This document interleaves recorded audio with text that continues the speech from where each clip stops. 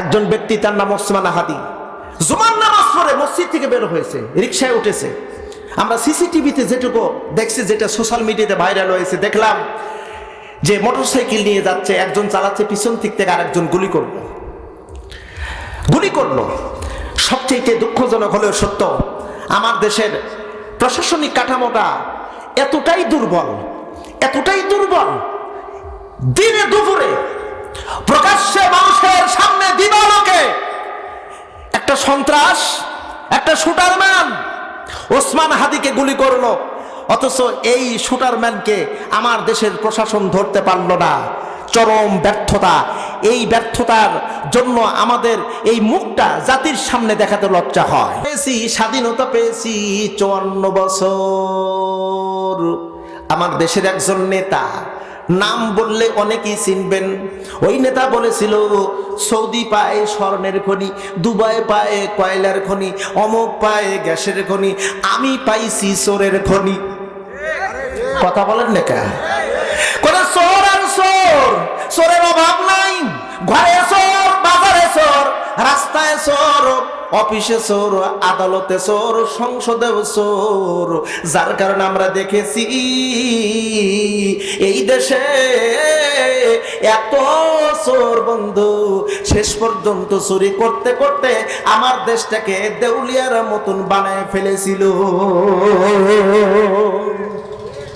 আর আল্লাহর আইন যদি একটাবার বাস্তবায়ন হতো, আল্লাহর আইন যদি সংসদে বিল উত্থাপন করে যদি পাশ করা হতো, আল্লাহর কসম করে বলি, একটা চোরকে করবে হাইকোর্টের সামনে হাত কেটে দিলে বাংলার একটা চোর থাকবে না।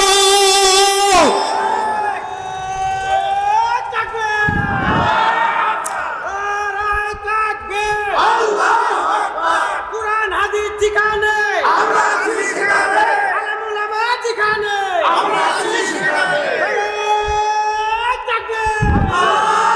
প্রিয় বন্ধুরা, চোরের শাস্তি হাত কাটা থাকলে আমার দেশে কি চাঁদাবাজি হতো, দখলদারি হতো, ওই ঘুষ বাণিজ্য চলতো, কেস বাণিজ্য চলতো না। আল্লাহ কয় চোরের শাস্তি হাত কেটে দাও, ডাকাতের শাস্তি এক পাশের হাত অপর পাশের পা কেটে দাও। ডাকাতের শাস্তি আপনারা হয়তো বা অনেকেই নাও জানতে পারেন, সোশ্যাল মিডিয়াতে এটি ভাইরাল হয়ে গেছে। গত 19শে নভেম্বর আমার মাহফিল ছিল জেলা নওগাঁ। মাহফিল শেষে আসার পথে পোরশা রোডে আমার গাড়িটা আটক করা হয়। রাস্তার উপরে ব্যারিকেড দেয়, গাছপালায়। প্রাইভেট কারের ভিতরে আমরা 3 জন ছিলাম, আমি, সফর সঙ্গী আর ড্রাইভার। সরাসরি গলার উপরে ছড়ি, কোনো কথা নাই। ড্যাগার ধরেছে, আমার সফর সঙ্গীকে পেটে ঠেস দিয়েছে। এক পর্যায়ে আমাদের কাছ থেকে সব নিয়ে নিল, আরো অনেকগুলো গাড়ি ঠেকাইল। এ ব্যাপারে আমরা একটু চিন্তা ফিকির করলাম, আল্লাহর দেশে আমার এই জমিনে যদি ডাকাতের শাস্তি, আল্লাহর আইন যদি বাস্তবায়ন হতো, ডাকাতের শাস্তি এক পাশের হাত কেটে দাও আর এক পাশের পাও কেটে দাও, এই শাস্তিতে যদি বাস্তবায়ন হতো, একবার বাংলার জমিনের কোন জায়গায় রাস্তাঘাটে আর ডাকাতি হতো না। আমার দেশের ভাই, আমার দেশে যদি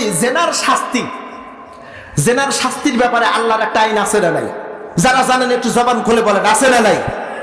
একটা আইন কিন্তু আছে। আল্লাহর আইন হলো, যদি পুরুষ আর মহিলা যদি জেনা করে, বিবাহিত যদি হয়, তাদেরকে পাথর দিয়ে মেরে ফেলো।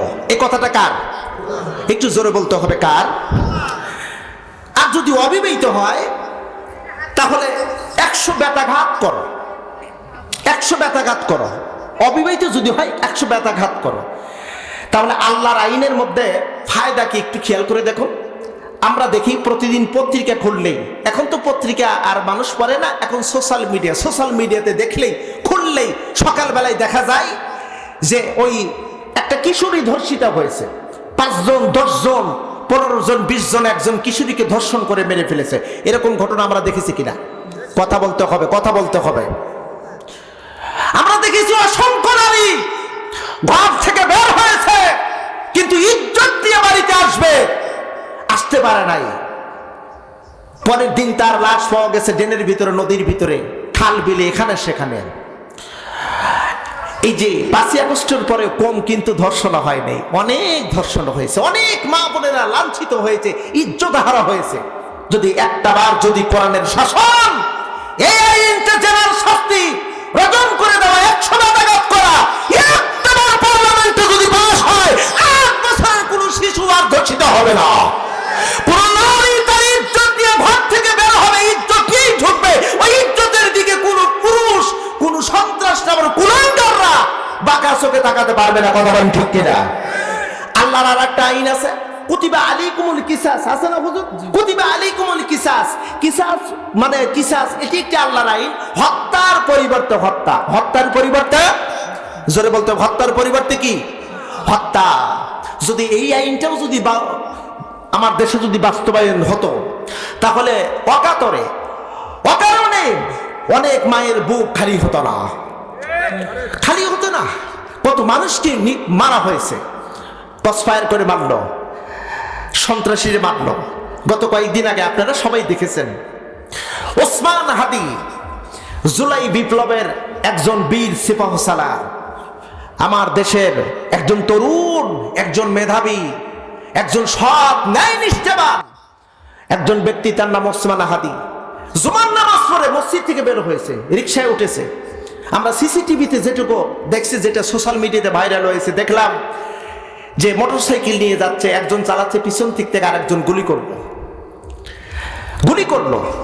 সবচেয়ে দুঃখজনক হলেও সত্য, আমার দেশের প্রশাসনিক কাঠামোটা এতটাই দুর্বল, দিনে দুপুরে প্রকাশ্যে মানুষের সামনে দিবালোকে একটা সন্ত্রাস, একটা শুটারম্যান ওসমান হাদিকে গুলি করলো। অথচ এই শুটারম্যানকে আমার দেশের প্রশাসন ধরতে পারল না। চরম ব্যর্থতা। এই ব্যর্থতার জন্য আমাদের এই মুখটা জাতির সামনে দেখাতে লজ্জা হয়। কথা বলতে হবে, লজ্জা হয়। তোমাদেরকে সরকার টাকা দিয়ে, বেতন দিয়ে কেন রাখতেছে? সন্ত্রাসীদেরকে তোমরা দমন করতে পারতেছ না। মানুষ প্রকাশ্যে তাদেরকে হত্যা করা হচ্ছে, তোমরা এটা দমন করতে পারছো না। তাহলে তোমরা কেন বেতন নাও? কেন তোমরা এই চাকরির নামে অজুহাত দিয়ে সরকারের হাজার হাজার কোটি টাকা নষ্ট করতেছো, জনগণের রক্ত সম্পদ লুটে খাচ্ছ? জাতির কাছে জবাব দিতে হবে তোমাদেরকে। ওসমান শুধু এক ওসমান নয়, এরকম কত ওসমান হাদিকে গুলি করে মারা হচ্ছে দীপালোকে প্রকাশ্যে। যদি আল্লাহর আইন যদি বাস্তবায়ন থাকতো, কুতিবা আলাইকুমুল কিসাস যদি বাস্তবায়ন থাকতো, গুলি করা তো দূরের কথা, বাঁকা নজরে তাকানোর সাহস পাইতো না। কথা বলতে হবে। মুসলমান বন্ধুগণ, এই কথাগুলো যদি বলতে চাই রাত গভীর হয়ে যাবে। আমি আমার আলোচনার পটভূমি একটু গোছায় নিয়ে আসতেছি, মন খারাপ করলেন না তো আপনারা? আল্লাহর নবীজি এই কালেমার যখন দাওয়াত দিচ্ছিল, আমার নবীজি দাওয়াত দেওয়া যখন শুরু করলো, ও মুসলমান, আমার নবীজির দাওয়াতের ইফেক্ট, পার্শ্ব প্রতিক্রিয়া হলো, ওরা আমার নবীজির দাওয়াত গ্রহণ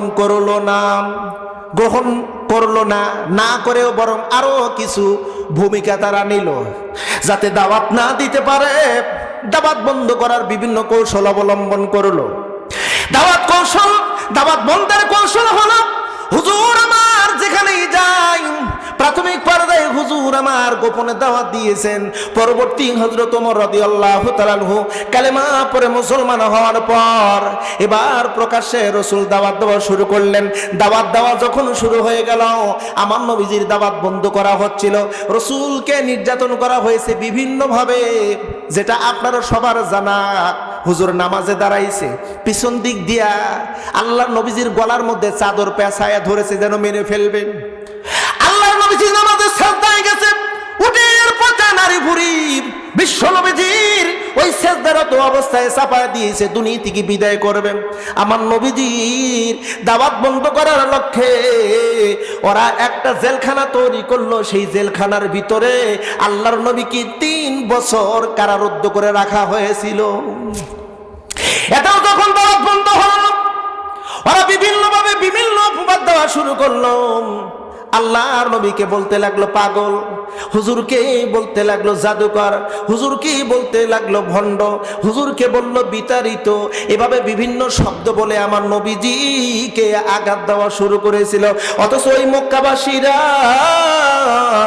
নবুয়তির পরিচয়ের পূর্বে আমার নবীজি কি বলেছিল? আল আমিন। নবীজিকে বলেছিল আল আমিন। কিন্তু যখন রসুল যখন নবুয়তির দাওয়াত দিচ্ছিলেন তখন ওদের কাছে খারাপ হয়ে গেল। আমি এরকম উদাহরণ দেই, দৃষ্টান্ত দেই। এই যে আপনাদের এলাকার সন্তান মোতাসিম বিল্লাহ মসজিদে নামাজ পড়ায়, প্রতিদিন কোরআন দিয়ে ওয়াজ করেন, কিন্তু মসজিদের ভিতর ওয়াজ করে ফায়দা পাচ্ছে না। হঠাৎ করে একদিন কোরআন শরীফ হাতে নিল, আর একটা মাইক ভাড়া করল। মসজিদা শিকারপাড়া কামিল মাদ্রাসার মোড়ে সে দাঁড়ায় এবার ঘোষণা দিচ্ছে, অমসজিদাবাসীরা আজ থেকে কোরআনের আইন বাস্তবায়ন করতে হবে, কোরআনের বিধান বাস্তবায়ন করতে হবে। কোরআনের বিভিন্ন দিক উল্লেখ করে যখন প্রচার করতেছিল, একদল লোক বলতেছিল মোতাসিম বিল্লাহ এতদিন ভালোই ছিল, এখন পাগল হয়ে গেছে। বলবে না ভাই, বলবে না? অবশ্যই কিন্তু বলবে। ও মুসলমান, আল্লাহর নবীজি ছিল আল আমিন। আর নবী যখন দাওয়াত দেওয়া শুরু করলেন, নবীকে বলতেছে জাদুকর, পাগল, ভণ্ড, মিথ্যুক। আজকেও দেখেন যারা ইসলামী আন্দোলনের কর্মী, একামতে দিনের কর্মী, যারা আল্লাহর জমিনে আল্লাহর দিন পরিপূর্ণ বাস্তবায়ন হোক এই কাজে যারা অংশগ্রহণ করে, এদেরকেও অসংখ্য অপবাদ দেওয়া হয়েছিল, এখনো বর্তমান দিচ্ছে। ইতিপূর্বে অপবাদ দিয়েছিল টুপিদারি দেখলেই, ওই চেতনা বাজরা বলতো আলেমদেরকে দেখলেই, টুপিদারিদেরকে দেখলে